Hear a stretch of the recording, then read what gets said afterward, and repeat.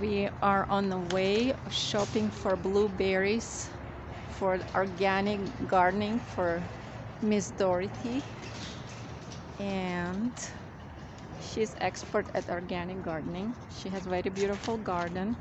So we look for the blueberries are Bluecrop,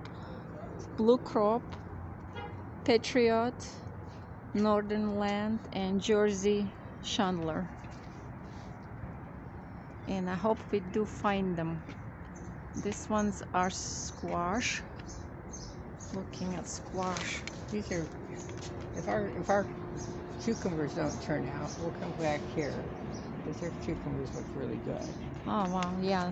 We found cucumbers. We already planted some cucumbers in Dorothy's garden.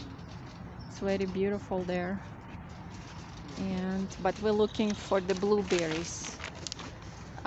Blueberries are native to Central, North, and South America, and they grow here naturally. They originated from this continent, and we're looking for it. They told us it's somewhere in this area. I think these ones are tomatoes.